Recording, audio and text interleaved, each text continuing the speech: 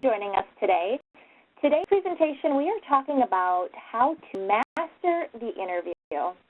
So we'll start with introductions. My name is Elizabeth Lintelman. I'm the Director of Career Services. I've been with Rasmussen College just shy of 10 years and over 15 years experience prior to that in management, career services, recruiting and hiring across the country. And I'm joined with Maureen Weber, and I'll let Maureen introduce herself today.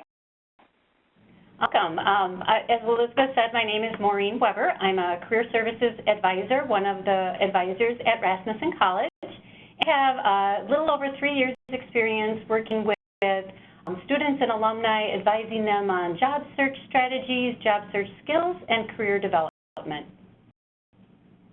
Excited to be talking with you today about how to master the interview. The comic here is what differentiates you from the other 100 million other applicants out there.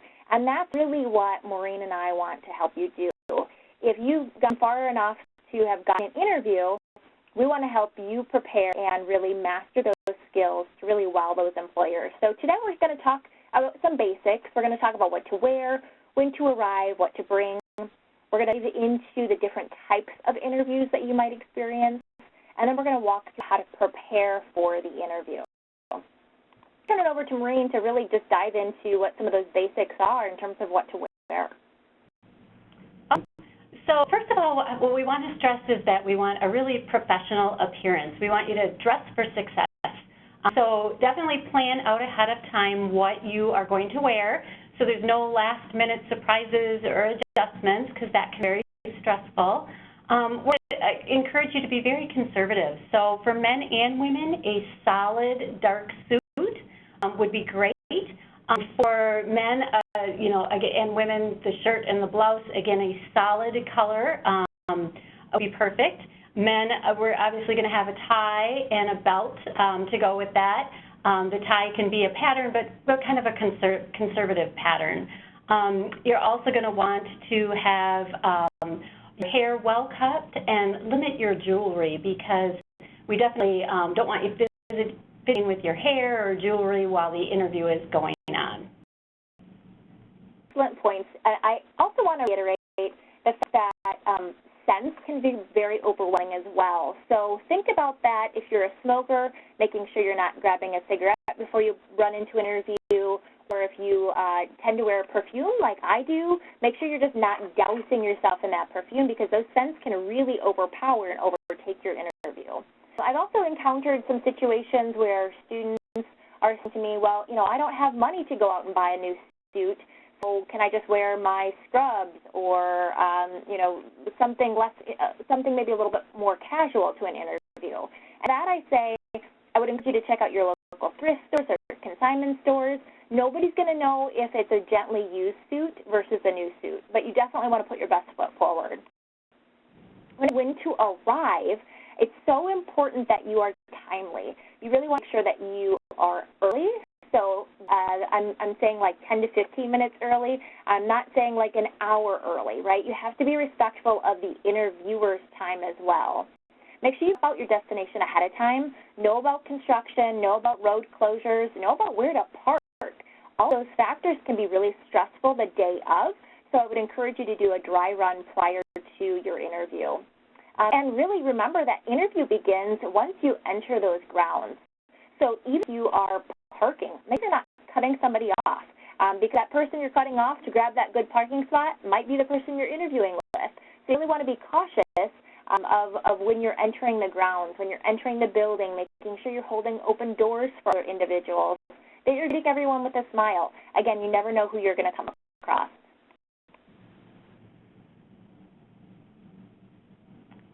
For things to bring, so definitely you want to bring directions to the site just in case. Hopefully you've done that dry run so you don't have any surprises that way.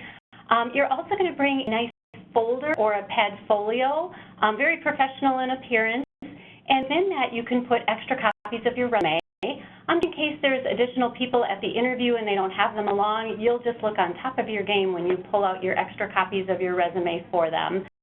You're going to want to bring your reference list along. Sure, ahead of time you ask your professional references. You're going to bring that sheet along with all of their pertinent contact information. So if it applies to you, you're going to want to bring your portfolio along and samples of your work if that's something that an employer would like to see. Also going to bring extra paper and pen so you can put that in your Padfolio as well, so you can jot down questions or take notes as the interview is progressing. And very important, you're going to want to prepare questions for the interviewer ahead of time about the position, about your role, so that definitely shows your interest in the position, in the company, in your industry. So definitely prepare questions ahead of time. And then finally, remember to bring your smile and a firm handshake, because that goes a long way with first impressions. Absolutely. I definitely agree. I talked a little bit about the basics of what to bring, how to prepare, but let's talk a little bit about the types of interviews that you might experience. Now, I would say, though, regardless of the type of interview that you're going to have, I would really encourage you to research the company before the interview, know what the company's about, know what the company culture and mission is really servicing. Make sure you're also researching the individuals that you are going to be interviewing with. The purpose there is to try to find some sort of common ground. Maybe you guys went to the same college, or you've worked for the same company, but maybe at different times. So you want to try to find some sort of common ground with the individual that you're interviewing with. That also helps shape your questions for the end. So Maureen just mentioned, you're going to want to come prepared with questions that you get to ask the interviewer at the end of the session. So doing research really helps shape what those questions are going to be. Make sure you're taking notes during the interview as well. Now, when I say take notes, I mean take notes fairly, right? You don't want to have your head down jotting down notes the entire interview, but you really want to have that engaged dialogue with that individual while taking some notes to refresh memory after the interview. Confident, be positive. So when you're answering questions, you want to make sure that you're always putting a positive spin on things. You don't want to ever speak about previous employers, and you really want to figure out how to flip those situations into positive experiences. And lastly, before I talk about the different types of interviews, body language is also really, really important. How are you presenting yourself? Are you sitting up straight? Are you making eye contact? Are you smiling? So those are all things to keep in mind regardless of the type of interview that you're having.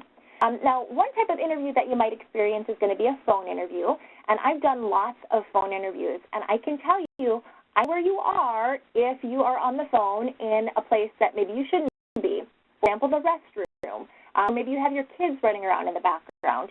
All of that noise gets picked up in the phone. So really make sure that you are in a quiet space where you can concentrate on the conversation taking place, and make sure you have a piece of paper and pen handy for that conversation. More often than not, employers are leaning towards doing some sort of virtual screening, so you're going to probably see a lot more of that in your job search as a hiring trend. So it's so important to be comfortable with technology. I know webcams can be intimidating, but the more you practice, the more comfortable you're going to become. And when you're doing web interviews, it's really important to be aware of your surroundings. What does your background look like? Do you have dirty laundry hanging around? Do you have your kids running back and forth?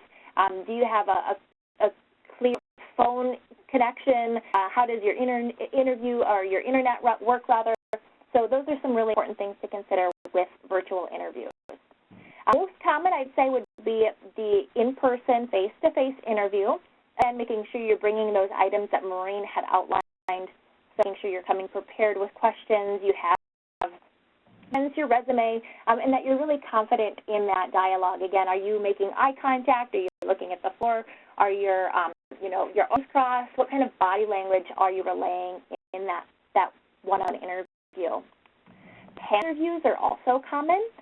With panel interviews, it's really important that you are engaging all of the panelists in those responses and in that dialogue. So even quiet ones, you're going to want to make sure that you're engaging with and that you're having good dialogue with. It can be challenging, right? I hear, Elizabeth, how am I supposed to have eye contact with 4 different people? Well, if one person asks you with a question, it's appropriate to look at them to respond, but then as you elaborate on your question, to kind of sit back and then make contact with the other individuals on that panel. Again, make sure you're coming prepared, so with multiple copies of your resume, just in case he doesn't have that. And really important that you're collecting the information for everybody that you interview with so that you can make sure you're following up with a thank you. Last but certainly not least, that final interview. In some instances, you will have multiple interviews for the same position. I can tell you when I interviewed at Rasmussen, I think I had 4 or 5 different screenings and different interviews. The final interview, you kind of want to get all the pieces together and really package it up and put together a nice bow and recap your skills and your passion and why you want to be employed with that organization. Again, be confident, be appreciative of the interviewer's time, right? They're taking time to interview you. It's really important that you follow up appropriately. So a little bit about the types of interviews, but equally as important is the preparation. So until you have held a number of different interviews and you'd be amazed at the different responses, but this comment caught my eye. Why should I hire you?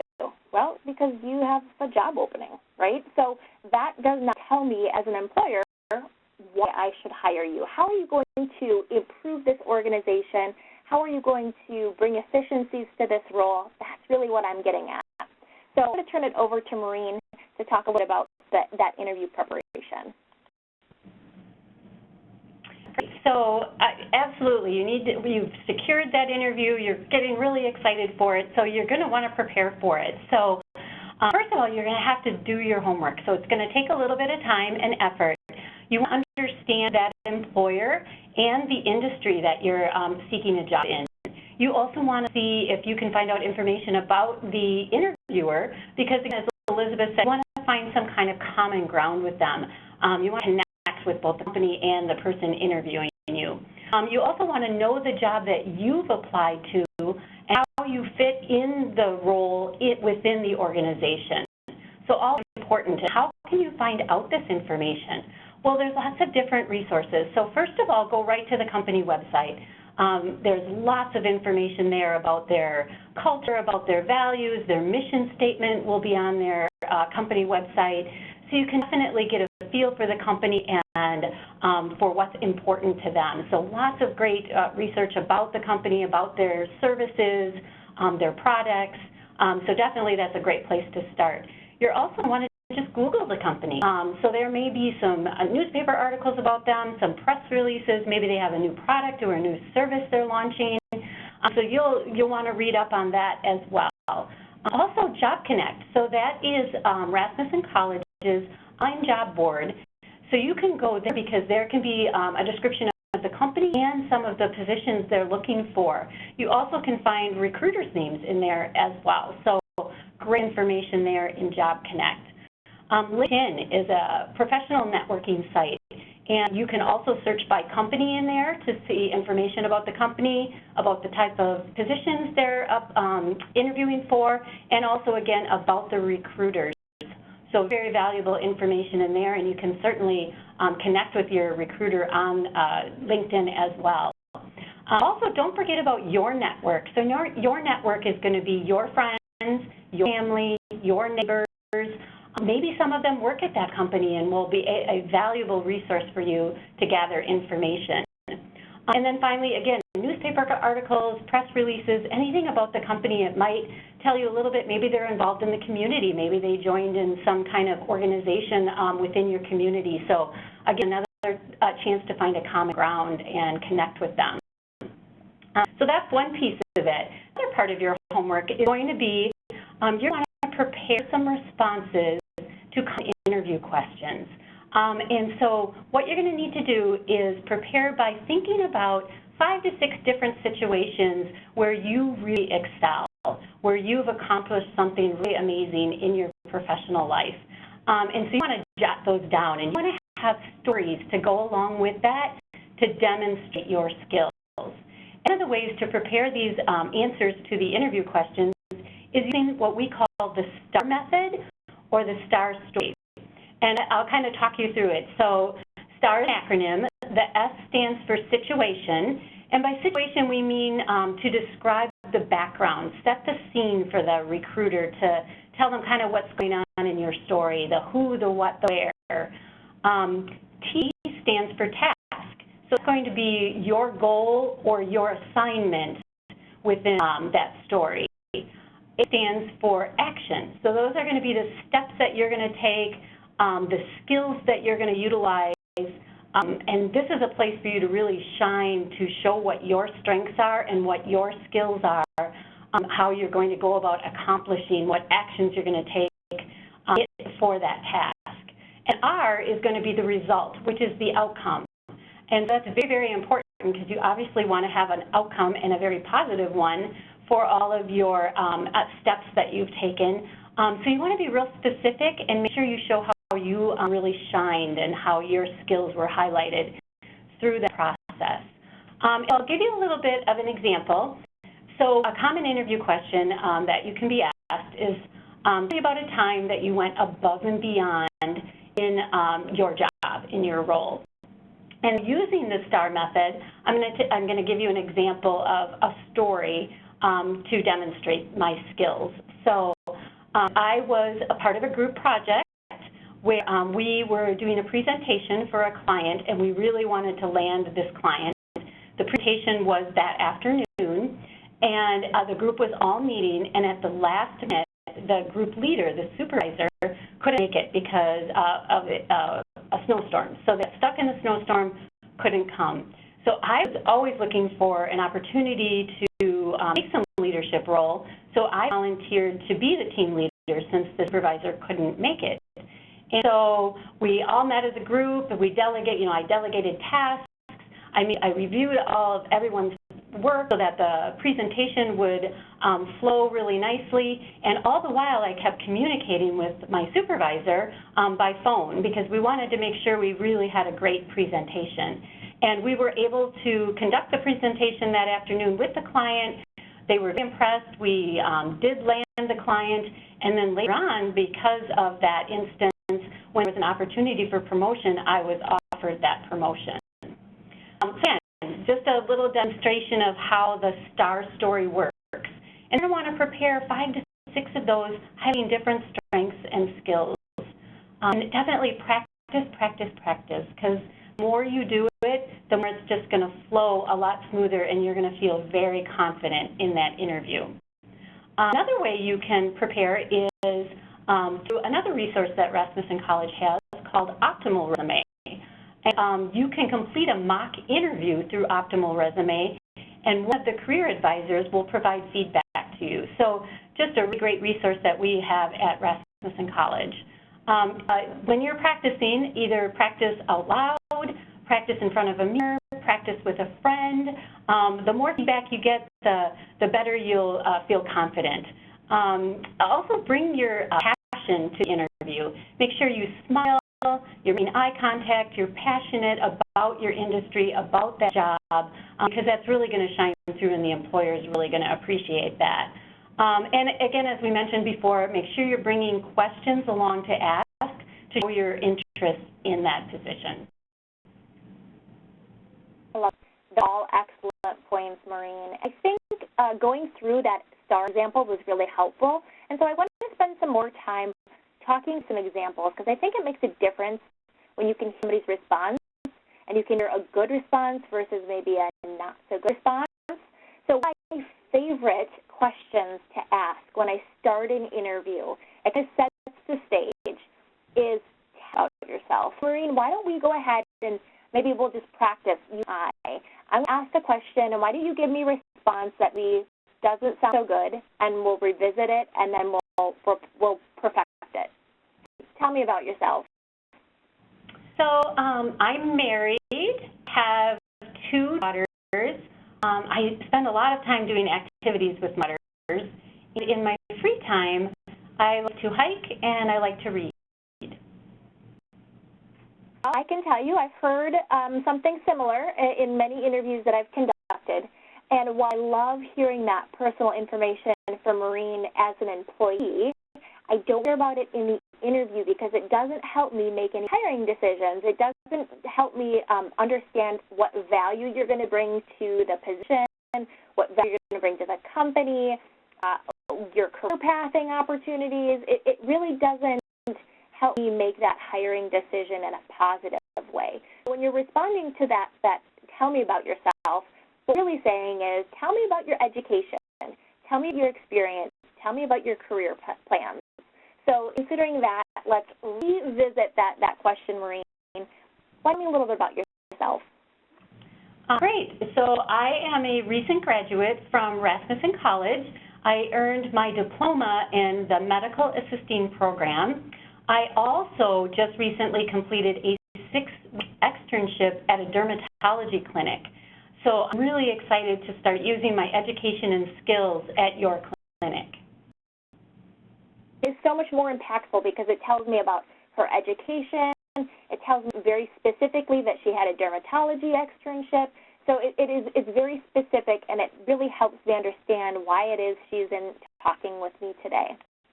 So a question that I love to ask is, can you tell me a time when you had to handle a difficult situation or a difficult customer? What was the situation and how did you handle it? Oh, I really don't like when people are mean, and I really don't handle conflict well. So I probably would just let my boss handle it. And I think we could probably all say, I don't like working with mean people. I don't like dealing with that. But in an interview situation, you don't want to kind of skirt around the question. You don't want to answer with a negative, like, mean people are terrible. I don't want to work with mean people. You want to come with a polished response to you, again, give a very specific situation. And maybe you don't have work experience. You have to talk about a school experience where you had to do a group project with a difficult individual. So you really have to expand on a specific situation and flip that negative into a positive. That's what employers are looking for. They want to see what you're going to be able to bring to that organization and how you're going to be able to handle those situations. And that's why we encourage you to talk about a story. So, Maureen, let's revisit that question. Can you tell me about a time when you had to deal with a difficult situation or a customer? Yes, I can. So at my last job, I was in the retail industry, and a customer came in very angry, and they were yelling. And I quickly realized that they were very frustrated by a situation, and not me personally. So I remained very calm, and I listened to them. I made them aware that I was there to listen to their concerns. And as it turned out, what they were frustrated with was that they wanted to make a return but didn't have a receipt.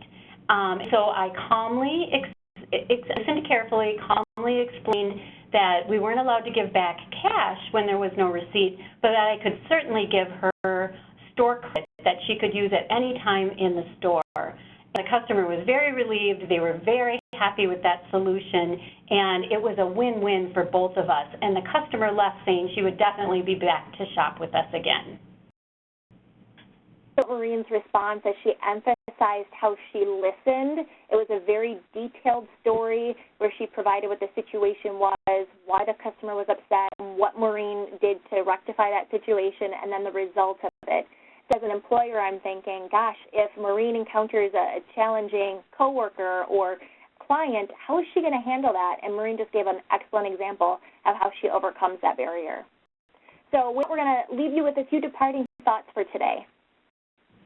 All right, so again, we know that it can be stressful and exciting to go on interviews. So remember to take deep breaths. Just kind of calm yourself, center yourself before the interview, during the interview, afterwards. So we definitely want you to relax and enjoy the process as well. Embody confidence because, again, as we've mentioned, it will really shine through if you're confident in yourself. Conscious of your body language so that you're not fidgeting, tapping your foot. We want to make sure you're aware of those details. Smile and make eye contact, and then also be very thankful for the employer taking the time to interview you because they are very busy as well. So they certainly appreciate your thankfulness. Again, we'll leave you with the last thing, practice, practice, practice, because it definitely will help. Yeah, I think all of your excellent tips.